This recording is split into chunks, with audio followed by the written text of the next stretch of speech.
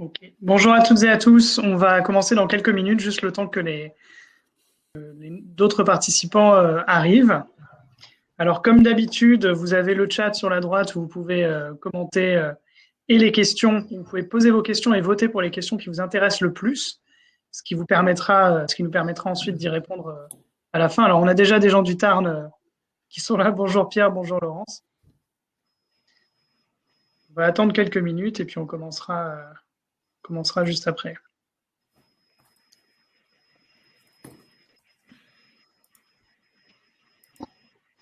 Alors oui, peut-être un point, il faut désactiver les notifications. Si vous pouvez les désactiver en haut à droite de votre écran, ça vous permettra d'éviter d'avoir les petits bruits.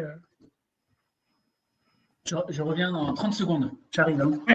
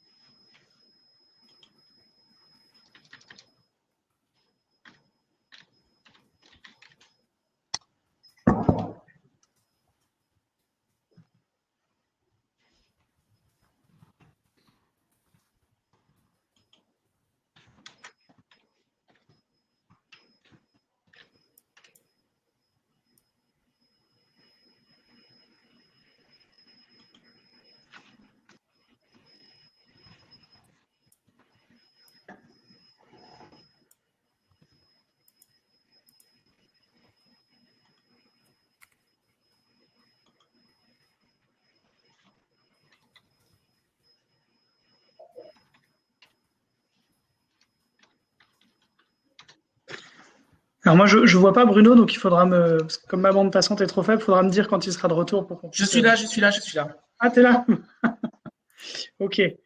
Alors, ça vous va si on commence? Parfait. Ok. Alors, bonjour à toutes et à tous et bienvenue sur cette conférence live dédiée à la réouverture des écoles. C'est une conférence un peu particulière parce qu'elle a été co-organisée avec La République Ensemble Tarn, qui est le réseau des élus locaux progressistes, qui a eu l'idée de la conférence et nous a sollicité pour qu'on travaille ensemble.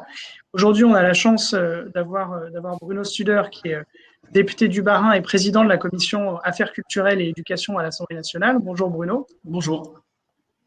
On a également Jean-Luc Alibert, maire de Soile et conseiller départemental. Bonjour. Bonjour. Et puis Marie-Lise Housseau, qui est future maire de la ville de Sorèze, dans le Tarn également. Bonjour. Alors le format qu'on va utiliser aujourd'hui va être un peu différent de ce qu'on a fait d'habitude. L'idée, c'est plutôt d'animer un échange entre Bruno, les deux élus présents et vous-même. Donc n'hésitez pas à poser vos questions comme d'habitude sur la droite et à voter pour les questions qui vous paraissent les plus importantes. On va commencer tout de suite et avant de te passer la parole, Bruno, peut-être un bref rappel de la situation. Les écoles ont été fermées pendant toute la période de confinement pour éviter la diffusion du virus.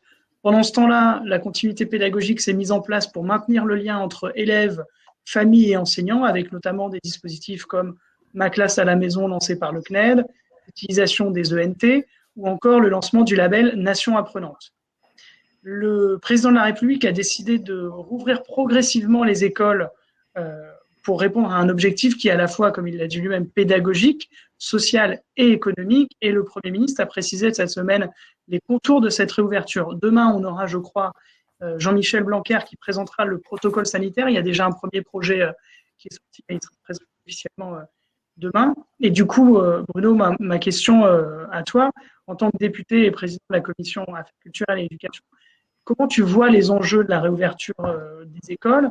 Et on sait que c'est une réouverture qui va être fortement, comment dire, avec une marge forte donnée au local. Comment est-ce que tu penses que les élus vont s'en saisir? Ok, merci beaucoup. Bonsoir à toutes et à tous. Je crois que la majorité est quand même du Tarn. Voilà, merci Pierre Verdier pour l'invitation aussi. Alors, je vais essayer de faire court sur cette première interrogation pour répondre ensuite à vos questions, même si je suis aussi là, non pas pour répondre à tout, parce que ça c'est quand même très français d'avoir la réponse à tout, mais je suis aussi là pour noter les interrogations que vous auriez et auxquelles il faut qu'on réponde, ou des interrogations que vous auriez quant aux relations que vous avez avec votre administration, parce que c'est aussi à ça que sert un député. Je ne suis pas là ici en tant que le gouvernement. Le gouvernement y travaille. Jean-Michel Blanquer, j'ai des très bonnes relations de travail avec lui, mais il n'empêche que mon job, c'est de contrôler l'action du gouvernement. Et par rapport à ça, je suis très attentif à toutes les remontées qu'on pourra avoir aujourd'hui ensemble. Donc, je veux tout de suite dire aussi les choses en toute humilité. Je ne pourrais pas forcément répondre à toutes vos questions. Simplement, pour revenir, moi, je rappelle toujours, et j'en profite de vous avoir pour vous dire que, bien entendu, le 11 mai, c'est une date sous condition. Et je le répète sans arrêt depuis le 13 avril et le discours du président de la République. Le déconfinement, c'est sous condition, en termes épidémiologiques, bien entendu. Et donc, la réouverture des écoles, bien entendu, c'est sous condition aussi. Le confinement, je le rappelle aussi toujours, je me permets juste de placer juste ces choses-là, ça a été décidé pour deux choses. Ça a été décidé, le confinement, la fermeture des écoles, qui a eu lieu même avant la décision du confinement. Ça a eu deux raisons. C'était pour protéger les personnes les plus vulnérables avec lesquelles les enfants étaient en contact, parce que les données scientifiques que l'on disposait montraient que les enfants étaient très porteurs du virus et qu'ils le transmettaient beaucoup. Et donc, il y avait cette raison pour laquelle on a fermé les écoles. Ce n'était pas pour protéger les enfants de la maladie. Et ça n'a pas changé. Aujourd'hui, on est toujours très rassurant sur les formes bénignes que prend la maladie, même si on a une petite alerte de ci, de là, sur notamment, vous avez pu voir dans les médias l'alerte sur la maladie de Kawasaki qui serait liée, mais tout ça, c'est très conditionnel. Mais la première raison, c'était parce que ces enfants étaient en contact avec des personnes vulnérables, pour lesquelles le déconfinement, à partir du 11 mai, il va être très progressif, puisque les personnes âgées, il va y avoir des recommandations spécifiques, etc. Et la deuxième raison du confinement, c'était pour ne pas faire exploser le système de santé. Mais là aussi, ça n'était pas pour dire que les enfants étaient gravement atteints par la maladie, qu'il fallait surtout pas qu'ils l'aient, etc. Je sais que c'est un discours qui, aujourd'hui, où il y a beaucoup d'inquiétudes parmi les parents, etc. Mais il faut le rappeler aussi, en rappelant aussi que un vaccin, c'est hypothétique, un traitement, c'est hypothétique, que le risque zéro n'existe pas et que pour le coup, les enfants, ça fait partie des publics qui sont vraiment pas visés du tout par ce virus, d'ailleurs comme la majorité des parents, puisqu'on estime que le public vulnérable, c'est 18 millions de personnes en France. Donc par rapport à ça, voilà, je voulais juste redire ça parce que je pense que c'est important de rappeler aussi le pourquoi des fermetures des écoles. Donc une fois qu'on a dit ça, qu'on a dit qu'il y avait eu une continuité pédagogique, sur laquelle on peut d'ailleurs discuter du sens entre est-ce qu'on continue à faire le programme ou est-ce qu'on fait du lien. Dans beaucoup d'endroits, c'est plutôt du lien qu'il faut continuer à essayer de faire vu les ruptures qu'on a entre la famille et les écoles, que la poursuite d'apprentissage dans le cas d'un programme, etc. Même s'il y a certains établissements, ça peut se faire parce qu'on a un continuum culturel entre un environnement familial favorable et puis l'école. Voilà. Mais sinon, la continuité pédagogique, c'est surtout du lien. Or, ce lien, il est aujourd'hui en train de se casser. Alors, je ne sais, j'ai oublié de regarder, je vous le dis franchement, dans quelle zone de vacances vous étiez. Ici, moi, en Alsace, on a fait la rentrée cette semaine et vous sentez un certain essoufflement des familles quant à cette capacité à poursuivre l'instruction. Et je parle bien de l'instruction parce que je vais revenir tout à l'heure dessus. L'instruction est obligatoire en France, mais pas l'école. Et que ça me fait assez sourire quand j'entends des gens qui remettent en cause le fait qu'on dit que l'école n'est pas obligatoire. L'école n'est pas obligatoire en France. C'est l'instruction qui est obligatoire et elle va prendre différentes formes. Moi, je suis de ceux qui si jamais je suis trop long, vous m'interrompez, vous me faites signe et je me tais tout de suite et je prends vos questions. Non, ouais. Par rapport à ça, la continuité pédagogique, donc et je suppose que dans le Tarn, je suis d'ailleurs intéressé pour avoir vos retours, c'est aussi des problèmes de connexion, c'est des problèmes d'outils saturés, c'est des problèmes d'équipement. Je ne sais pas comment ça s'est passé chez vous, mais ici, c'est très clair. Moi, je viens de publier un papier, peut-être l'avez-vous lu, dans Marianne, sur la question, effectivement, de comment est-ce qu'on a vécu la continuité pédagogique et qu'est-ce que ça vous pose comme question? Ça pose une énorme question en termes de souveraineté sur les outils qui sont utilisés. Ça pose d'énormes questions sur comment est-ce qu'on arrive à avancer ensemble, parce qu'on va à la rentrée avec des gros problèmes entre des gamins qui auront profité à fond du confinement pour progresser et des gamins qui auront décroché ou pas progressé. Et ça va être un autre sujet pour la rentrée prochaine quand on va se mettre, si on se met à la place des enseignants, le plus dur est devant nous. Sur la réouverture progressive, il est évident, moi j'ai tout de suite dit aussi dès le 13 avril, que bien entendu, sous condition, dans certains territoires, dans certaines écoles, certaines classes, certains élèves retrouveraient le chemin de l'école. Voilà. Sous condition, dans certains territoires, certaines écoles, certaines classes, certains élèves. Il y a eu des hypothèses de travail qui ont été formulées par Jean-Michel Blanquer. Parmi ces hypothèses, il y en a certaines qui ont été retenues par le Premier ministre, hypothèse d'une rentrée progressive, par niveau, etc. Après, il y a effectivement entre ce qu'avait dit d'abord M. Blanquer et ce qu'a dit Édouard Philippe, des différences. C'est pour ça qu'on parle d'hypothèse de travail. Et la difficulté, vous le savez, c'est que quand on parle d'hypothèse aujourd'hui en termes de politique, c'est très vite pris pour étant des vérités. Donc, réouverture progressive avec un cadre national qui commence à se préciser. Effectivement, il y a un projet de cadre sanitaire qui commence à circuler, qui sera formalisé pour de bon d'ici demain. Jean-Michel Blanquer, je vous le dis, devrait être auditionné aussi devant la mission d'information conférence des présidents de l'Assemblée nationale milieu de semaine prochaine, ce qui permettra encore de clarifier. Donc, on a un certain nombre de rendez-vous. Rendez-vous milieu de semaine prochaine avec Jean-Michel Blanquer. Rendez-vous le 7 mai aussi pour dire quels sont les départements qui vont être rouges et verts, et ça va déterminer, bien entendu, un certain nombre de décisions en local, parce qu'on a un cadre national, puis ensuite on a un cadre rectoral.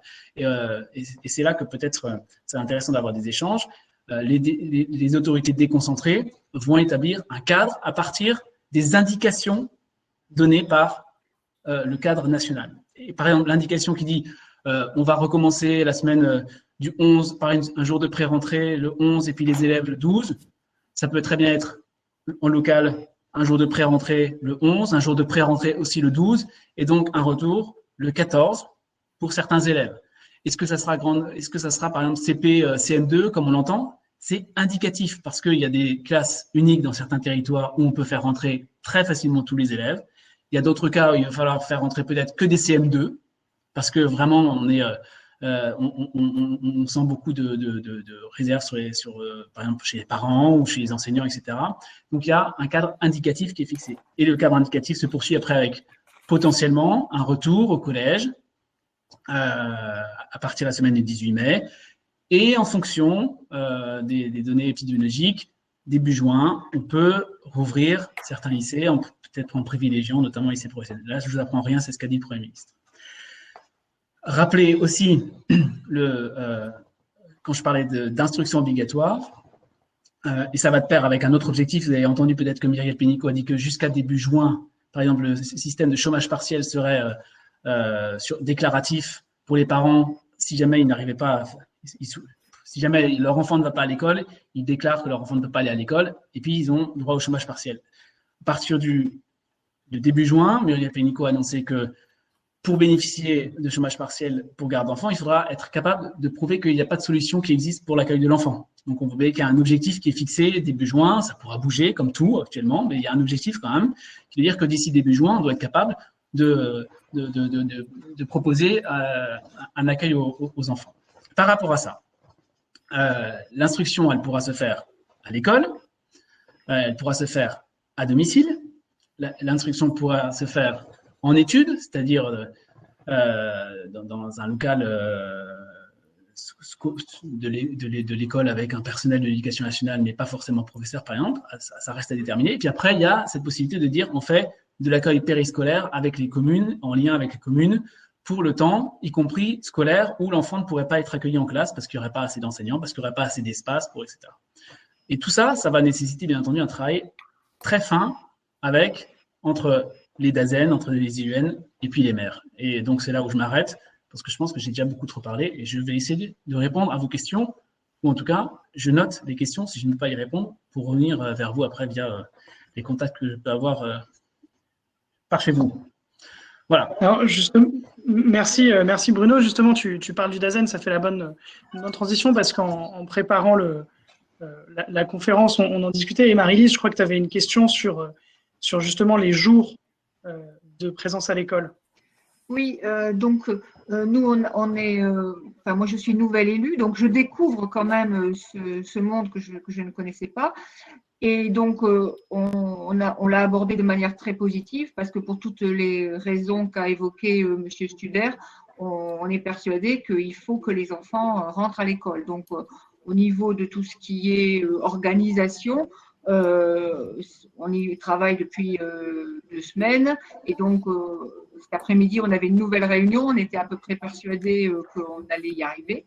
Et on a eu une conversation avec l'IEN, l'inspecteur, et qui m'a pas mal déstabilisée parce qu'il nous a expliqué que les élèves qui allaient rentrer donc le 12 mai, donc, et ce serait pareil d'ailleurs pour la vague suivante, ne seraient accueillis à l'école en cours que 2 jours par semaine. Et donc, les 2 autres jours seraient repris par leurs parents.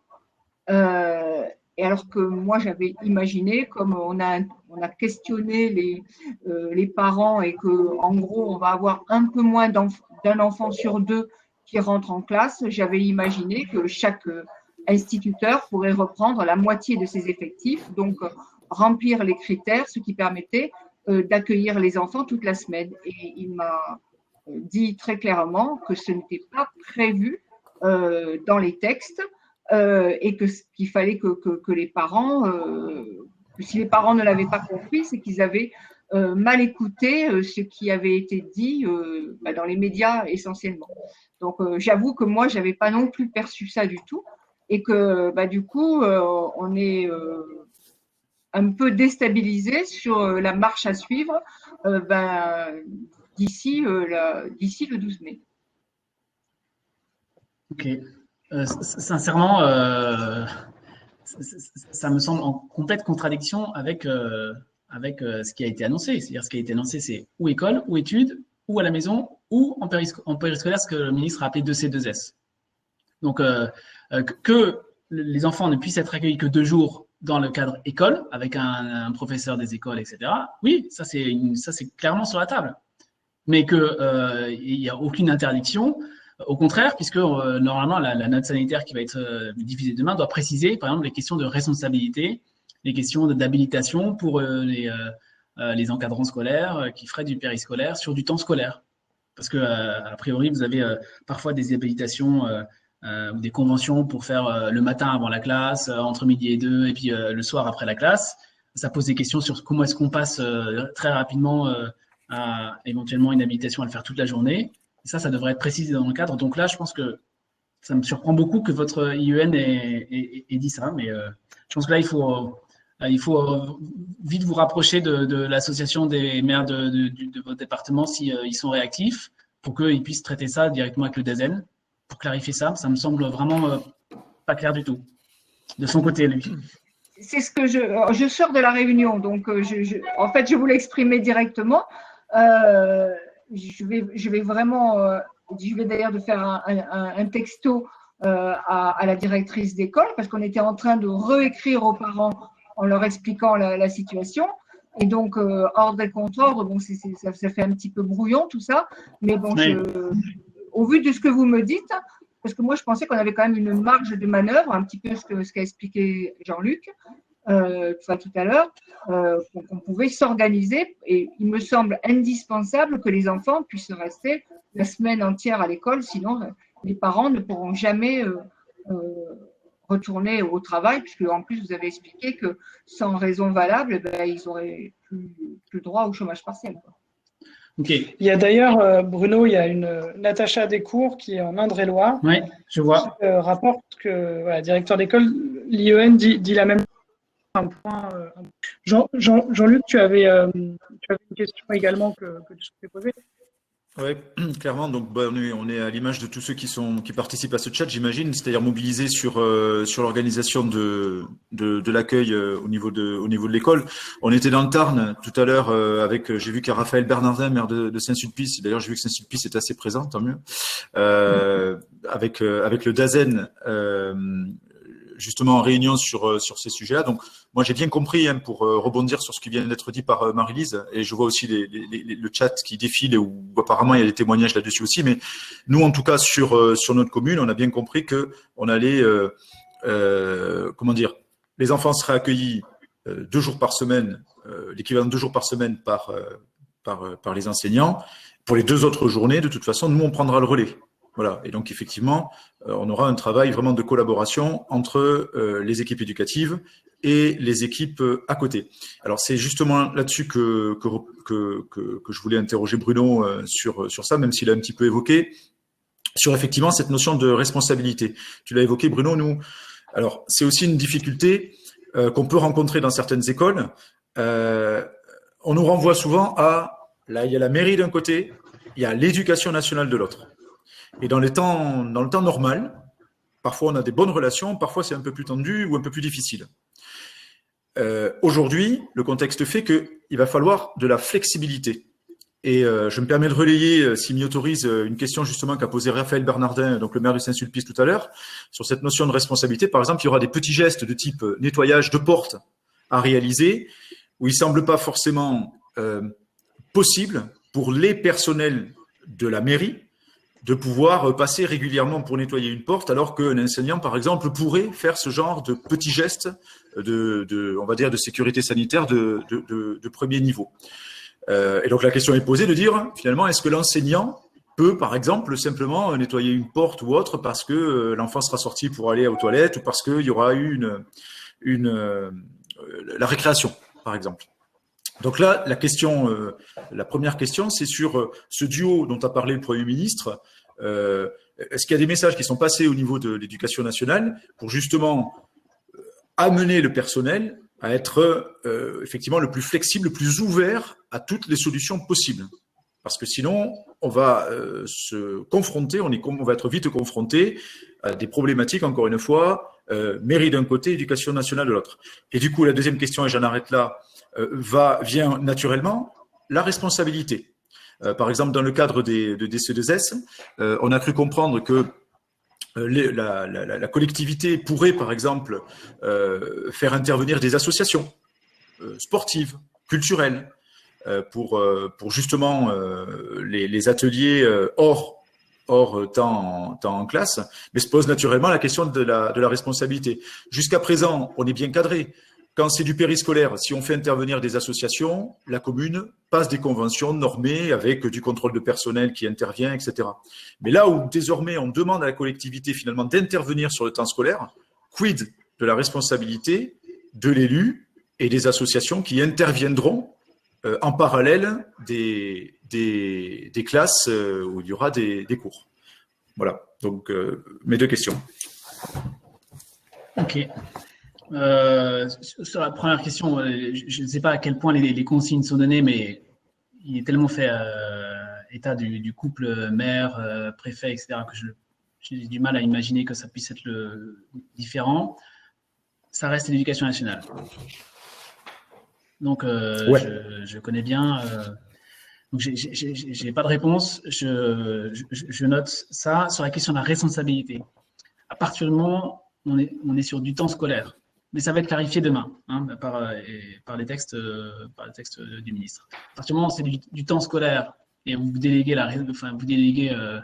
l'occupation du temps scolaire à une autre structure, de fait, la responsabilité revient à l'éducation nationale, il me semble, mais ça va devoir être précisé. Donc, je note bien la question. Et si ça n'était pas précisé demain, je m'assurerai d'avoir la réponse le plus rapidement possible. Sachant, Bruno, si je peux me permettre juste de rebondir, c'est bien dans ce qu'on a compris les uns et les autres. Ça sera bien de toute façon la mairie qui va s'occuper de coordonner le lien avec les associations. Donc, oui, bien sûr. Ce n'est pas l'éducation nationale qui, à un moment donné, aujourd'hui en tout cas dans les textes ou dans ce qui est prévu, dans ce qu'on a compris, à aucun moment donné, l'éducation nationale ne va déléguer la mairie pour qu'elle délègue les associations. Donc, c'est peut-être ça qu'il faudra faire. Mais aujourd'hui, on n'a aucun élément pour justifier de faire intervenir une association, voire même du personnel, sur ce temps scolaire. Hormis les ATSEM, bien sûr, mais ça, c'est réglementé. On est d'accord. Donc je suis comme vous, j'attends le texte du ministère, je regarde si c'est dedans, si c'est pas dedans, j'alerte tout de suite. Moi, on m'a dit, parce que c'est une question que j'ai eue aussi ici dans ma circonscription à Strasbourg, on m'a dit que c'était clarifié par le texte qui sortait du ministère. Donc, il a annoncé ce soir ou demain. Et juste, j'avais aussi une autre question, parce qu'en fait, la première, c'était une seule question, mais je l'ai divisée en deux. La deuxième question, tu es revenu tout à l'heure, Bruno, au démarrage. C'est là où on est confronté. Moi, j'ai fait ma réunion avec le directeur de mon école ce matin, et même en discutant de façon générale, sur l'utilité. Pourquoi on reprend? Voilà. Et tu as évoqué, effectivement, moi, j'ai noté la notion de lien. Par exemple, le témoignage que j'ai de terrain du directeur de l'école, qui parlait au nom de tous les enseignants de mon école, c'était « on va pas nous la faire, c'est pas du tout pour des raisons pédagogiques qu'on nous demande de reprendre. La pédagogie, elle vient en second niveau, on nous demande de reprendre parce que il faut que les enfants puissent être pris en charge de manière à libérer les parents. » Je le fais très rapide, vous avez tous compris le message derrière. Donc, ça sera difficile, mais aujourd'hui, le témoignage, en tout cas, moi, le ressenti, et pas plus que le ressenti, le témoignage que j'ai direct aujourd'hui, c'est quand même cette situation aussi. Oui, c'est quelque chose qui remonte beaucoup. Sincèrement, dans un pays qui a mis à l'arrêt son économie pour protéger la santé des Françaises et des Français, je trouve que c'est un argument auquel j'ai du mal j'ai du mal à comprendre. Bien sûr. Après, l'utilité, qu'il y ait des parents qui n'arrivent pas à télétravailler ou qui n'ont pas envie de travailler et qui soient incapables de faire de l'instruction à domicile pour plusieurs raisons, soit parce qu'ils n'ont pas le temps, soit parce qu'ils ont envie de travailler, soit parce qu'ils ne savent pas le faire, parce que c'est une sacrée pression qui repose aussi sur les parents. Ça devrait inviter les parents qui disent que le prétexte économique est finalement caché derrière tout ça à parler avec un peu plus de modération. Moi, je pense qu'il y a aussi ce genre d'argument qui vient parce qu'on n'a pas forcément. Enfin, il y a aussi des gens qui disent qui n'osent peut-être pas dire qu'ils ont peur aussi. Je pense que par rapport à ça, il y a un vrai rôle je pense, des élus locaux pour rassurer. Encore une fois, c'est pour ça que je rappelle toujours moi les raisons qui ont fait qu'on a confiné.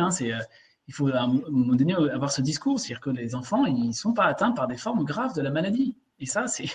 Mais je comprends qu'il y ait beaucoup de parents. Alors, si je prends par exemple l'exemple du Bas-Rhin, au départ, il y a 120 enfants de soignants qui sont accueillis. Et puis, au fur et à mesure, 6 semaines plus tard, on est à 1200. Parce qu'il y a aussi un effet d'entraînement. Et donc, il va falloir aussi progressivement, et puis les gens, quand ils vont voir que ça se passe bien, que finalement leurs enfants, ils vont être contents de retourner à l'école. Alors, les problématiques des petits villages ne sont pas les mêmes qu'en ville. Mais en ville, quand vous avez été confiné pendant 2 mois, à un moment donné, l'enfant, ne serait-ce que d'avoir la chance de s'aérer la tête dans une cour de récréation, c'est quand même une chance qu'on lui doit. Bien sûr. Voilà. Donc, clairement, je veux dire, même le président de la République, il a dit qu'il prenait un risque en faisant ça, parce que forcément, c'est impopulaire, a priori, parce que la majorité des gens, ils disent, ils veulent pas. Et on prend pour les enfants. Il y a des enfants qui sont en danger. Aujourd'hui, en danger de décrochage, ce dont on parle beaucoup, d'autres en danger parce que simplement à la maison, ils ont un environnement qui est très défavorable, on a une explosion des violences intrafamiliales, et puis au-delà de ça, on est aussi, il est bon d'avoir ce lien avant l'été. Enfin, je crois qu'il faut... j'ai pas beaucoup d'autres réponses que ça, mais il faut rassurer par rapport au fait que les enfants ne sont pas spécialement touchés par la maladie. Faut rassurer aussi au fait qu'on a quelque chose de très progressif au départ, que si les parents après ils font le choix de continuer à faire de l'instruction à domicile, eh bien ma foi, ça sera un choix de leur part, et que encore une fois, si les conditions sanitaires qui sont en cours d'élaboration avec les recommandations scientifiques, etc., ne sont pas respectées, l'école n'ouvre pas, la cantine n'ouvre pas. Et voilà, si jamais c'est pas respecté, ça n'ouvre pas. Après, On pourra toujours estimer que c'est insuffisant, mais si on arrive à faire en sorte que toutes ce qui est dans le document là, qui va arriver est respecté, on aura quand même des conditions c'est déjà tellement difficile à faire respecter, je vois pas comment on pourra aller plus loin. Bien sûr. Mais je crois que j'ai pas besoin de vous convaincre, mais les gens sont inquiets en plus. Hein, mais après, je sais pas comment. Ici en Alsace, les gens sont très très inquiets.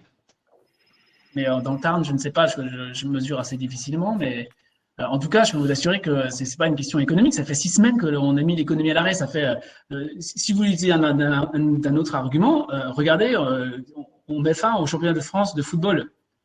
C'est pas pour des raisons économiques. Pour des raisons économiques, on l'aurait maintenu. Ça fait des ressources pour les chaînes de télé, ça fait des ressources pour ceux qui produisent des films avec l'argent des chaînes de télé. Non, on l'a fait d'abord pour des raisons sanitaires et aussi parce que les supporters, ils disent que le foot, c'est avec des gens dans le stade. Et que ça s'entend dans un projet de société. C'est pas juste un match de foot à la télé en huis clos.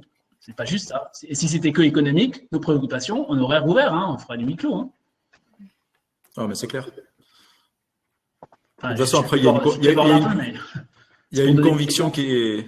Ben oui. Après, il y a une conviction qui est certaine que je pense on est nombreux à partager, qu'effectivement, il faut reprendre d'une manière ou d'une autre. De toute façon, il faut reprendre. Mais on sait qu'on est totalement aussi bouffé, parce que c'est le terme chez nous qu'on utilise, par tous ces micro-éléments médiatiques qui font que d'un seul coup, on va faire le focus, et on le sait toutes et tous, sur une situation. Donc là, maintenant, on nous parle de cette maladie Kawasaki, donc ça va être pendant une semaine ou 15 jours, on va nous parler que de ça. Je crois que on va déjà avoir oublié qu'il y avait eu des problématiques de masques en début, je parle pour le personnel soignant, de notre côté, de chez nous, hein, je parle pas pour toute la France, mais chez nous, l'Antarn, maintenant, c'est quand même une situation qui s'est à peu près résorbée. Et sur l'histoire des masques en général, bien évidemment, si on divise un petit peu, dans 2 mois ou dans 3 mois, on n'en parlera plus du tout parce que ça sera devenu un ustensile courant. Mais nous, les élus locaux qui sommes sur le terrain, on est obligés de faire avec tout ça. Et c'est vrai que c'est excessivement complexe que d'arriver à rassurer des parents. Tout à l'heure, Marie-Lise a très bien exprimé son témoignage. Hein. On bâtit des projets, on travaille, on réfléchit à tout. Et puis d'un seul coup, on vient vous expliquer que, boum, et on vous met un petit grain dans les rouages et ça vient tout vous bloquer. Voilà ce qu'on vit aussi aujourd'hui. Merci à tous les deux. On va continuer les questions. On va prendre quelques questions des participants si ça vous, bien sûr. si ça vous va, mais n'hésitez pas tous à réagir, y compris Jean-Luc et Marie-Lise. Alors, on a une première question qui a reçu beaucoup de votes. Un maire peut-il légalement s'opposer à l'ouverture des écoles? Et d'ailleurs, ça fait écho à la question d'Angélique, qui dit « Je suis élu de l'opposition non encore installée. Le maire RN qu'on ne cite pas vient d'annoncer que les écoles réouvriraient en septembre. » Voilà. Est-ce que tu peux nous dire quelque chose là-dessus, Bruno? Oui, on est en train d'expertiser juridiquement tout ça. Voilà, je peux pas vous donner une réponse claire et nette là-dessus. En cours. C'est en cours. Malheureusement, j'ai l'impression d'ailleurs que ce sera la jurisprudence qui fixera qui fixera le cadre. Donc, on est en train de l'expertiser. Je n'ai pas de réponse à vous faire, mais c'est en cours d'expertise. Est-ce que dans le Tarn, vous constatez ça aussi? Est-ce qu'il y a beaucoup qui veulent en faire et qui ne veulent pas ouvrir d'ailleurs? C'est une bonne question. Moi, à ma connaissance, pour être en contact avec pas mal d'élus, je n'ai pas connaissance d'une seule commune qui ait décidé de ne pas ouvrir aux élèves le 12 mai. Non. Marie-Lise, je ne sais pas si toi tu as eu des échos, mais… Non, tout le monde était prêt à ouvrir. Je t'avoue que ce soir-là, avec Albert Mamie, il y avait un doute sur l'utilité dans les circonstances telles qu'elles nous ont été présentées par l'EN, de s'obstiner à ouvrir. Donc, nous, on pense qu'il faut quand même ouvrir, mais c'est vrai que c'est quand même un peu un saut d'obstacle. Et ce que je pense aussi quand même, c'est que vous m'avez dit que vous allez regarder, hein, mais si ce discours, et je vois sur le chat là qu'il y a d'autres départements où les IEN disent la même chose, si ce discours est maintenu, pour les parents, c'est complètement rédhibitoire. Parce que ce qu'il faut savoir, c'est vrai que vous avez dit les gens ont peur. Bon, il y en a qui sont affolés à l'idée de remettre leurs enfants. Mais vous avez aussi des assistantes maternelles qui déclarent haut et fort qu'elles ne prendront pas d'enfants qui ont été à l'école. Donc, vous imaginez la situation d'un parent qui met ses enfants en maternelle, par exemple, 2 jours à l'école et qui les 3 autres jours demande à son assistante maternelle de les reprendre, elle va refuser. Donc, les gens, là, c'est mort, quoi. Hein. Donc, je pense quand même que ça doit être vraiment clarifié. Et je vois qu'il y a quelqu'un de Burlas qui a dit que le même discours avait été tenu par l'IEN, et c'est le même. Hein. Et aussi, je vois que Pierre Verdier dit la même chose. Donc, bon, moi, j'ai tendance à croire ce que dit l'IEN. Hein. Vous comprenez bien qu'en n'étant même pas encore… Non, mais vous savez, comme je voyais tout à l'heure, quelqu'un disait les IUN ont le droit de se tromper. Oui, effectivement, je crois que les IUN ont le droit de se tromper. Mais en tout état de cause, le cadre est bien fixé par le ministre. Pour revenir vraiment sur cette histoire je vous dis, on est en train d'expertiser, pour savoir, parce que il y a des cas, hein, où les maires ont déjà pris des arrêtés, la préfecture demande de le retirer, ça va aller devant la justice administrative. J'espère dans un nombre limité de cas. Et puis au sommet de la justice administrative, bien entendu, le Conseil d'État, comme vous le savez. Donc, on est en train bien entendu, d'être très attentif à cette question. On espère vraiment que ça va vraiment pas se reproduire à beaucoup d'endroits. Il nous reste aussi du temps pour essayer de rassurer, pour essayer, encore une fois, de marteler le discours, de dire que si les conditions sanitaires ne sont pas réunies, on ne rouvre pas. Si les masques ne sont pas disponibles pour les enseignants, etc., on ne rouvre pas. Si le gel n'est pas là, on ne rouvre pas. Si on n'arrive pas à nettoyer les locaux à temps, on ne rouvre pas, etc., etc. Et alors j'ai vu une question, du coup, je me permets de rebondir dessus parce qu'elle est intéressante. C'est de dire pourquoi 15 alors que on n'autorise pas les rassemblements de plus de 10 personnes dans l'espace public. Parce que déjà, aujourd'hui, les rassemblements dans un seul lieu, c'est ceux de moins de plus de 100 personnes qui sont interdits. C'est un décret ministériel qui l'interdit. C'est pour ça qu'à l'Assemblée nationale, on est limité à 100. C'est pour ça qu'il n'y a que 75 députés et puis 25 fonctionnaires. C'est 100. Dans un lieu avec, comme préalable, le respect des distances sociales. Quand on dit 10 personnes dans l'espace public, c'est 10 personnes qui peuvent se tenir par la main, qui peuvent se tenir tout sous le coude, etc. Alors que là, bien entendu, il y aura dans la classe, dans les couloirs, des distances qui seront respectées. Et puis après, il y aura des jeux avec des temps de récréation qui seront fixés par roulement pour qu'il n'y ait pas un afflux d'élèves au moment. Donc, les deux choses sont un petit peu différentes, si je peux me permettre. 15, ça dépendra aussi de la taille de la salle. Ça pourra être moins. Ça ne pourra pas être plus, quoi qu'il arrive.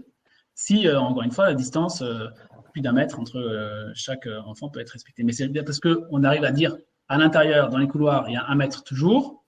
Et en extérieur, c'est 10 personnes parce que c'est 10 personnes qui peuvent être ensemble. Voilà, donc c'est pas tout à fait comparable, si je peux me permettre. Je suis permis de rebondir sur la question, hein, pardon. Mais… Non, il y a une autre question qui du coup découle des précédentes. Le Premier ministre a dit que l'ouverture se ferait sur la base du volontariat. Évidemment, quand il dit ça, il parle du volontariat des parents. C'est bien ça. Ah oui. Sûr. Vu que la question est posée. Excusez-moi, j'étais en train de lire un truc, excusez-moi. La question, c'est quand le Premier ministre dit que la reprise de l'école se fait sur la base de volontariat, il parle bien du volontariat des parents et pas des directeurs, des maires ou des responsables a priori. Oui, bien sûr. C'est lié à la question que tu évoquais sur ce que vous étudiez, à savoir la possibilité pour une commune de refuser légalement l'ouverture des écoles. Oui, non, mais encore une fois, on n'a pas la réponse, ce n'est pas solide aujourd'hui et ça sera malheureusement, j'espère qu'on n'arrivera pas là, mais j'ai des craintes, ce sera la jurisprudence qui fixera le truc. Hein. Voilà. Il y a une question qui me paraît assez intéressante aussi de Clémence. Est-ce que les parents bénévoles peuvent assurer l'accueil ou il faut impérativement être du personnel de l'éducation nationale pour les jours d'accueil qui ne sont pas sur le programme encadré par les enseignants? Bonne question. Pas la réponse. Je la note. Je vous ai prévenu, hein, je n'avais pas les réponses à toutes les questions, hein, ne m'en voulez pas. Mais ça fait partie de l'exercice. Et cette question des parents bénévoles, pourtant j'en ai fait des réunions, n'avait pas encore été posée jusqu'à présent. Donc, je la note. Après, reformulez-moi juste bien la question. La question, c'est est-ce que les parents bénévoles peuvent assurer l'accueil ou est-ce qu'il faut que ce soit du personnel de l'éducation nationale? pour les jours qui ne sont pas… Alors, ça dépend de… il faut vraiment que je creuse, mais en tout cas, les parents d'élèves n'ont pas un statut de collaborateur occasionnel du service public. Hein. Donc, ils peuvent donner un coup de main éventuellement, mais je vais creuser la question. N'hésitez pas, hein, Marie-Lise et Jean-Luc, si vous avez d'autres questions qui vous viennent. Ou si vous avez des réponses d'ailleurs à la question, parce que parfois, vous êtes élus locaux, vous êtes parfois bien plus sachants que moi. Non, mais c'est la question que je posais tout à l'heure. C'est-à-dire la question qui se pose, c'est les intervenants extérieurs qui vont pouvoir venir, notamment sur les deux C, 2S, je ne veux pas inverser, qui ne sont pas à aujourd'hui ni du personnel enseignant, ni des ATSEM, ni des structures qui sont conventionnées d'une manière ou d'une autre avec la collectivité dans un cadre normal de type périscolaire. C'est ça, effectivement, la question finalement de la responsabilité, de qu'est-ce qui se passe et comment on peut faire intervenir. Quelle est la différence? Puisque, en fait, la question, elle vient, parce que chez nous, dans le Tarn, donc le DAZEN, tout à l'heure, avec qui on était en réunion, donc, a très clairement dit que des associations pourraient intervenir sur les secteurs sport, culture et action civile, tout ce qui tourne autour du civisme. Voilà. Et c'est à partir de ça qu'effectivement la question a été posée de la responsabilité. Demain, je suis maire de ma commune, je vais voir le président des anciens combattants, par exemple, qui est un ancien professeur d'histoire géo, à qui je vais dire, ça serait bien si vous voulez ou si vous pouvez prendre quelques élèves pour leur expliquer l'histoire de la commune, j'en sais rien. Qui est responsable? Dans cette situation quand même exceptionnelle où il interviendra durant le temps scolaire en parallèle des activités en classe, qui est responsable? Oui. Je note la question parce qu'il y a en même temps des gens qui réagissent de façon tout à fait intéressante sur le chat. Oui, effectivement, je dis les parents n'auront pas le droit de pénétrer dans les enceintes scolaires. Oui, sauf si, par exemple, effectivement, au niveau de la commune, il peut y avoir besoin d'avoir des parents bénévoles, etc. Donc, il y a beaucoup de questions qui se posent. Je note, hein. Je note. Pardon, Bruno, je rebondis là-dessus. Oui. Est-ce que c'est une réalité? Les parents ne doivent pas rentrer dans l'enceinte scolaire? C'est une obligation ou c'est une préconisation? De toute façon, là, c'est Michael Arrivé qui dit ça. Les parents n'auront pas le droit de pénétrer. Moi, je n'ai pas lu dans le protocole que les parents n'auraient pas le droit de pénétrer dans l'enceinte scolaire. Moi non plus. Ça fait peut-être partie des préconisations, hein. Parce qu'il faut faire attention à ce genre, de choses. On le sait tous, suivant la configuration des écoles, puisqu'en plus, il nous est demandé dans le protocole, par exemple, d'éviter que des classes puissent se croiser, que des élèves puissent se croiser. Nous, par exemple, dans ma commune, on a imaginé des systèmes où finalement, on va presque faire appel à toutes les ouvertures qui peuvent être possibles au niveau de l'école pour faire des systèmes de vous rentrerez par ici et puis vous sortirez par là-bas. Donc, dit autrement, on a même imaginé, parce que notre configuration le permet, que les parents rentrent dans l'enceinte de l'école. Voilà. Donc, alors, quand on dit l'enceinte de l'école, c'est pas le bâtiment école, hein, on sait tous qu'on a des cours, etc. Mais dans l'enceinte de l'école, moi, je sais que j'ai prévu que des parents puissent rentrer, par exemple. Ok. A priori, d'après ce que dit Evelyne Bretagne, c'est dans le projet de protocole. Ça m'a sincèrement échappé. Après, il y a différentes versions du projet. J'ai peut-être pas celle-là non plus. Je note, en tout cas, c'est noté. Est-ce que tu peux remettre cela, le projet de protocole, dans le chat pour que tout le monde puisse y commenter? Ouais. Il y a une autre question qui est liée, Bruno, que je trouve particulièrement intéressante sur la responsabilité en cas de contamination.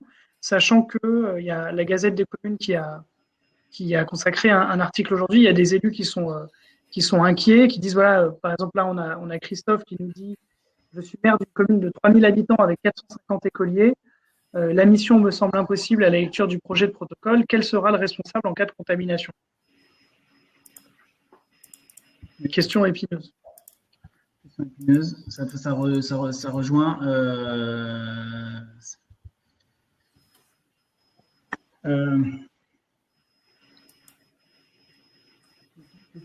parce que je réfléchis à voix haute. Aujourd'hui, on ne peut pas être… le Covid-19 n'est pas reconnu comme étant une maladie professionnelle dans l'éducation nationale ou dans la fonction publique territoriale. Contredisez-moi si… et donc, à partir du moment où ce n'est pas reconnu comme étant une maladie professionnelle, je ne vois pas comment quelqu'un pourrait se retourner et rester en justice pour une contamination d'une maladie qui n'est pas reconnue comme maladie professionnelle.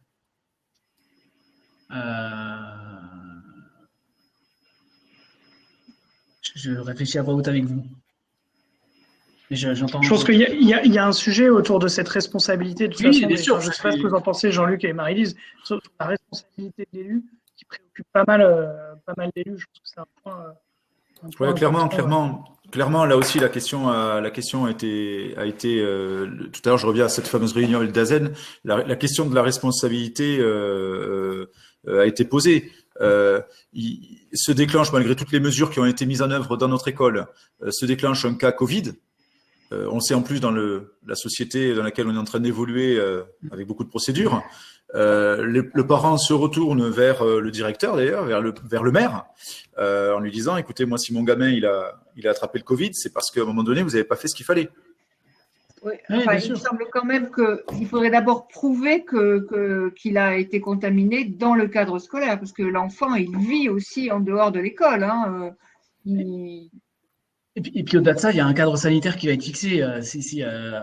Après, il faudrait arriver à prouver que le cadre sanitaire n'ait pas été respecté. Enfin, à un moment donné, s'il y a un cadre sanitaire une doctrine sanitaire qui est dictée par le ministère de l'Éducation nationale, enfin par le gouvernement, après la responsabilité si jamais le cadre sanitaire n'est pas respecté, ça sera la responsabilité de qui? Oui, je note la question. Moi, on m'a dit que ce genre de réponse devait être dans le cadre sanitaire. Encore une fois, il y a des projets qui circulent. Ce ne sont que des projets. Il peut très bien y avoir des choses qui seront précisées, qui apparaîtront en plus que dans les documents dont vous avez connaissance. Parce que je vois que vous avez remis le projet de protocole. Ce n'est qu'un projet. Moi, on m'a dit que ça serait des questions réglées dans le protocole. En principe, on devrait avoir une obligation de moyens, c'est-à-dire de tout mettre en œuvre. On ne peut pas s'engager à ce qu'il n'y ait aucun cas de Covid à l'école. Enfin, moi, ça me semble impossible. On est d'accord. Mais en fait, ça dépasse uniquement le cadre scolaire, cette histoire de responsabilité. J'ai échangé, Bruno, avec un de tes confrères lundi sur un autre sujet, parce qu'a priori, m'a-t-il dit, certains députés réfléchissent déjà à ça, de toutes les mesures qui ont pu être mises en place par les élus, justement, dans le cas de cette crise. L'exemple très rapide que je prends, c'est les fameux masques. Voilà, on va pas en parler, c'est pas le sujet ce soir, parce que je crois qu'on pourrait y durer 3 heures. Mais le maire, qui de toute bonne foi a fait appel à la confection de masques avec du tissu récupéré, bien lavé, etc., à confectionner des masques qui peut-être, parfois même vraisemblablement, ne correspondent pas aux normes ou à ce qu'il faudrait en termes de masques pour assurer une certaine filtration, etc., Demain, l'habitant à qui le maire aura distribué un masque attrape le Covid, va chez son médecin, le médecin lui dit « Mais attendez, le masque que vous avez distribué à votre mère, il vaut rien ». Qui est responsable? Donc, il y a une question générale, en fait, et j'ai cru comprendre qu'il y avait des études qui étaient peut-être faites au niveau de l'Assemblée, justement sur cette responsabilité de l'élu local qui a été amenée à prendre parfois dans l'extrême rapidité. On le voit encore aujourd'hui. Hein, tu as évoqué, demain c'est 1er mai, on va avoir le protocole, donc on va tous bosser. Certains, Raphaël Bernandel, maire de Saint-Sulpice, évoquait que ce week-end il allait travailler les parents d'élèves. Donc on est tous dans la précipitation et on sait tous que dans la précipitation, ben, on va peut-être, on est presque entre nous, on est 62, peut-être faire des erreurs. Voilà, peut-être faire des erreurs, pas volontaires, mais peut-être faire des erreurs. Qui en portera la responsabilité? Ok. C'est un sujet général qu'il faut faire remonter au cabinet de Lecornu. Je comprends bien qu'il faut toujours imaginer le pire. Je comprends que ça se pose. Et on le sait d'ailleurs, en fait, c'est ce genre de problème qui peut arriver parfois très occasionnellement. Savoir, il y a un gâteau qui a été servi à une kermesse, il y a un truc dedans, etc. C'est à la faute de qui, etc. Sauf que là, c'est puissance, je sais bien, c'est ça. Ok. Mais bon, sincèrement, et encore une fois, moi je ne suis pas juriste, c'est pas parce que je suis député que je suis un spécialiste de droit public, etc. Mais il me semble qu'à partir du moment où ce n'est pas maladie professionnelle, à partir du moment qu'il y a une obligation qu'il y a un cadre sanitaire, à partir du moment où il y a une obligation de moyens, ça n'empêchera jamais quelqu'un, je veux dire, de porter plainte s'il le souhaite. Ça, de toute façon, ça, vous le savez mieux que quiconque. Je pense que vous êtes parmi les populations qui est le plus visées par des plaintes de citoyens qui, à un moment donné, cherchent des responsabilités lorsqu'ils ne veulent pas assumer les leurs. Donc, par rapport à ça, Alors, vais bien noter. On me dit dans l'oreillette qu'il y a un sénateur qui a fait une proposition de loi sur la protection juridique des maires pendant l'épidémie et que le gouvernement est à l'étude là-dessus. Oui. Ah, bon ben, il y a une proposition de loi d'un sénateur centriste. Ça fait partie des choses qui sont complètement à l'étude, effectivement. Voilà. Ça fait peut-être partie de ces lois qu'on va réussir à voter plus rapidement que les autres lois, parce que d'habitude, ça prend beaucoup de temps. Si c'est nécessaire, on passera par, bien entendu, un acte législatif. Ouais, l'objectif, c'est pas bien sûr de responsabiliser ou de dire on peut faire ce qu'on veut, c'est pas ça. C'est que encore une fois, en voulant bien faire, voilà. J'ai bien compris. Nous ne plantons pas. Peut-être une dernière question, Bruno, et après on va vous laisser parce qu'on vous a déjà pris plus de 50 minutes. Non, aucun problème. Moi, je suis à votre disposition. Ok, bon, on va en prendre une ou deux autres alors. Il y a une question intéressante sur le rôle des assos de parents d'élèves dans cette reprise. Il y a certaines assos qui demandent la reprise de l'école en septembre. Comment est-ce que, en tant qu'élu, on peut travailler avec les assos de parents d'élèves au local pour les embarquer dans le projet à ta vie? J'étais en train d'écrire autre chose. Pour le 11 mai, là, ou pour septembre? Oui, justement, en fait, non, pour le 11 mai, la question, je te la lis telle quelle. Quel rôle des assos de parents d'élèves dans cette reprise? Consultatif, support. Nota bene, certaines assos demandent la reprise de l'école en septembre, ce qui envoie un message assez contraire. Après, il y a association, il y a les associations politisées, non politisées. Il faut leur donner leur place qui est la leur. C'est un rôle consultatif. Hein. Enfin, après, bien entendu, vous voyez bien que de toute façon, sur ces sujets-là, le plus on arrive à discuter, le plus on arrive à échanger, le mieux c'est. Je crois que moi, je sous-estime pas du tout l'angoisse. Elle est là. Parfois aussi la crainte de se voir être envoyé en première ligne, je l'entends. Hein. Moi, j'ai des quartiers de politique de la ville et ils me disent mais pourquoi est-ce que vous nous envoyez en REP les premiers au casse-pipe, etc. Ben non, c'est juste que vous avez besoin de retrouver le chemin de l'école, etc. Non. Il faut pour ça beaucoup discuter avec les parents d'élèves. Je pense que après j'ai envie de dire ça c'est en fonction de presque localement de savoir comment les relations se passent pour savoir si vous pouvez compter sur eux, pas compter sur eux. Parce que de toute façon, globalement, il y a une doctrine nationale et puis après, ça va aller au niveau de la direction de l'école et du maire. Hein, comment ça va se passer concrètement? Enfin, je réponds pas tout à fait, mais c'est votre sens politique qui doit l'emporter là sur les relations avec les associations de parents d'élèves, si je peux me permettre. Mais peut-être je me trompe, hein, dites-le moi, mais j'ai pas de réponse. Marie-Lise, peut-être une question complémentaire ou une remarque? Non, j'avoue que pour les associations de parents d'élèves, pour l'instant, on ne les a pas consultées. Et c'est peut-être une erreur. On a surtout focalisé sur la directrice d'école et sur les instituteurs. Et bon, mais c'est vrai que je me dis en vous écoutant qu'il faudrait prendre leur avis quand même. Oui. Et il y a une question aussi autour des cantines. Est-il possible de demander aux enfants d'apporter leur déjeuner si les conditions sanitaires ne peuvent pas être remplies par les cantines?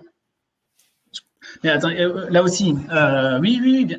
Si vous faites une sortie scolaire, d'accord, la chaîne du froid, il y a un pique-nique, à un moment donné, vous sortez votre pique-nique du sac. Bon, moi, voilà. Donc, si le panier repas est fourni par la collectivité, tant mieux. Ou si le repas est fourni par la collectivité, si la collectivité arrive à faire un repas chaud, etc., très bien. Si les parents préfèrent que leur enfant ait un repas sorti du sac, très bien.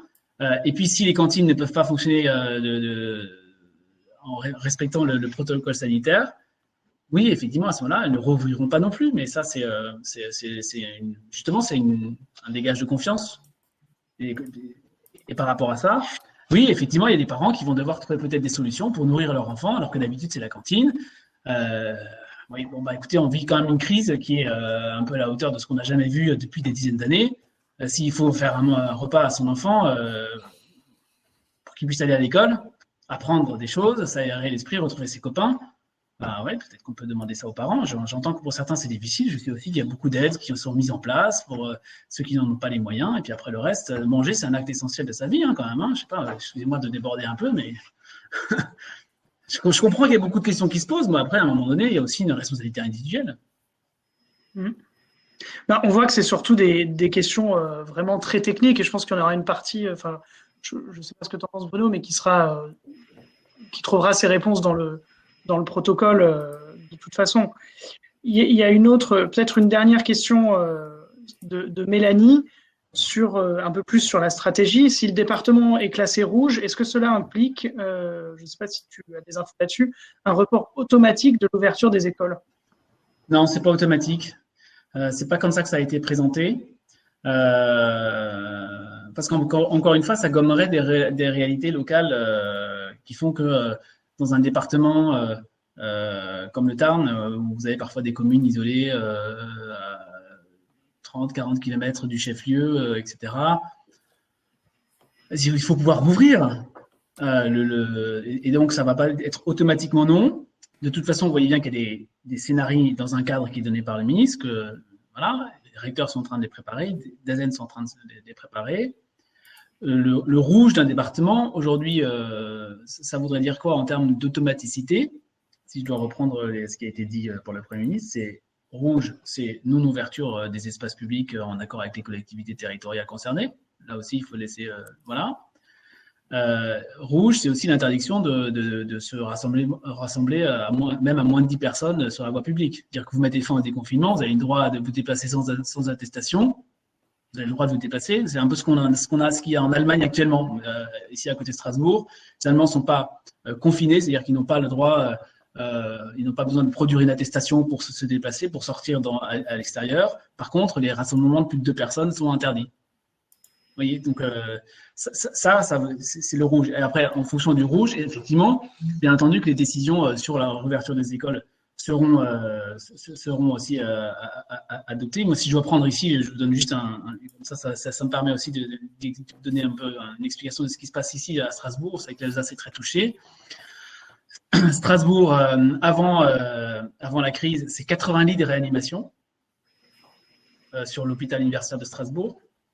Au plus fort de la crise, c'est 210 lits de réanimation occupés, avec toutes les autres opérations semi-urgentes, etc., type coloscopie, reconstruction mammaire, enfin, tout ce qui est quand même urgent pour les gens qui est annulé.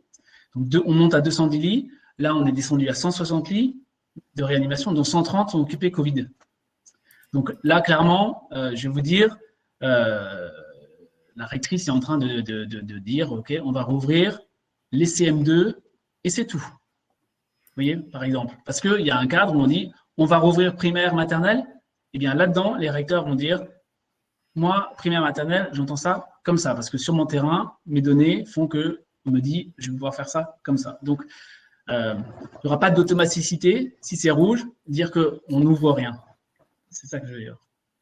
Mais ça ne veut pas dire que ce n'est pas possible non plus. C'est-à-dire que si c'est rouge et qu'il peut y avoir aussi la décision de dire on ne rouvre rien. Comme je dis, en fait, il faut se préparer. On se prépare à une réouverture. Et puis, si le 10 mai au soir, on dit malheureusement, on a tout d'un coup une donnée épidémiologique catastrophique, il faut être prêt à malheureusement mettre le haut là. On a fermé les écoles en moins de 24 heures. Demain, il pourrait bien entendu y avoir une refermeture des écoles aussi en moins de 24 heures si jamais épidémiologiquement on aurait une alerte. Mais quoi qu'il arrive, l'objectif c'est de rouvrir parce qu'on a vraiment des enfants qui ont besoin de retourner à l'école. Moi, voilà. Mais je prends encore ouais. Le Tarn vient d'être classé vert. Ah, ça y est, parce que c'était ce soir la première carte. Ouais, ça y est, oui. On essaye de la publier sur le chat. Si quelqu'un peut la mettre sur le chat, moi ça m'intéresse. Je ne suis pas sûr qu'on soit au vert dans le Tarn. Je me demande si on va voir. Oh, ce serait étonnant quand même qu'on ne le soit pas. Non, mais je ne sais pas s'il n'y a pas une couleur orange aussi, parce que je suis allé voir du coup. Voilà, on est jaune. Voilà, merci Pierre de Rabastez. On est jaune. D'accord. Donc, oui, c'est la couleur qu'on ne nous avait pas annoncée, c'est-à-dire on est entre les deux. Oui. Et je vois qu'il y a François qui dit que c'est un enjeu important de nourrir correctement des gamins et l'école cantine est souvent le seul repas équilibré de la journée. Oui, bien sûr, ouais, je sais bien. je sais bien. Et c'est pour ça que je sais que vous vous efforcez aussi de pouvoir ouvrir, là où vous pouvez rouvrir, et que s'il y a des paniers repas, ce sera des paniers repas qui seront faits en respectant les recommandations de nutritionnistes.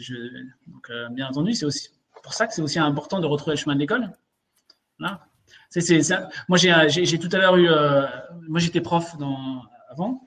J'ai eu une collègue qui m'a dit il y a certaines familles, quand on appelait à 11h du matin, c'était trop tôt, il fallait rappeler à 15h. Maintenant, quand vous rappelez à 15h, on vous dit que c'est trop tôt, qu'il faut rappeler à 18h. Ça, c'est dans un des quartiers difficiles de Strasbourg. Bon, ça prouve qu'à un moment donné, le confinement et l'oisiveté, il faut juste remettre aussi des règles et que l'école, c'est aussi un moment, c'est aussi un endroit où on a des repères. Et c'est pas être ultra conservateur de dire que c'est important d'avoir des repères, je pense, dans la vie. Et que l'école, et c'est fondamental pour ça, parce que là, on va avoir sinon des gamins qui, pendant 6 mois, n'auront pas été à l'école. Quand on voit les dégâts que peuvent faire 2 mois d'été, pour des gamins qui sont un peu fragiles en lecture, en écriture au CP, CE1, il est urgent de se donner les moyens de rétablir le lien, quoi. Vraiment urgent. Oui, je crois que c'est un peu la boucle est un peu bouclée. Et je pense que ce qui est important, c'est ce que tu disais, Bruno, à savoir que tout va se jouer au local et qu'en fait, il faut rester hyper agile. Il y a évidemment un protocole national, mais de ce que je comprends, les décisions ne seront pas forcément automatiques. Ça dépendra des conditions locales. Et c'est vrai que du coup, ce qu'on a vu pendant cette conférence, ça pose des questions vraiment très très techniques que tu as notées d'ailleurs. Et puis on te fera parvenir la liste complète des questions qui ont été posées sur le chat. Et puis on essaiera de faire un retour. En tout cas, merci beaucoup à tous les trois. Merci pour ce format qui est hyper riche. C'est un nouveau format qu'on a fait, hyper technique, plus technique que ce qu'on avait fait les dernières fois. Par rapport à ça, vraiment, mes excuses si j'ai pas toutes les réponses techniques. Hein. Je veux dire, j'ai pas une armée de collaborateurs à côté de moi. Je suis dans ma permanence. Non, mais c'est super parce que de toute façon, ça permet aussi pour toi de remonter les questions et c'est ça la richesse de ce format. Peut-être pour conclure, moi je rajouterai 2 mots. Déjà merci à Pierre Verdier et à la République Ensemble du Tarn de nous avoir OK pour qu'on co-organise ce truc ensemble parce que vraiment c'était hyper riche et hyper intéressant. Je vous rappelle que vous pouvez, pour ceux qui ne sont pas déjà inscrits, vous pouvez vous inscrire sur la plateforme des élus progressistes que nous avons lancée il y a déjà 2 semaines, www.touspolitique-élus au pluriel.fr. Vous trouverez sur cette plateforme à la fois un réseau social collaboratif qui vous permet de poser des questions, d'échanger avec des groupes dédiés. Vous y trouverez également tout un tas de ressources, typiquement sur la réouverture des écoles. On publiera un article en début de semaine prochaine avec le décryptage et toutes les infos dont vous aurez besoin. Vous trouverez également le wiki de l'élu pour tous les nouveaux élus. Voilà, des questions pratiques, réponses concrètes.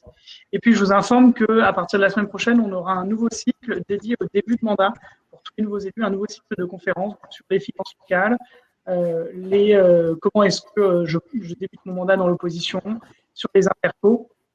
N'hésitez pas à vous connecter, c'est toujours la même adresse, livestorm-tous-politique.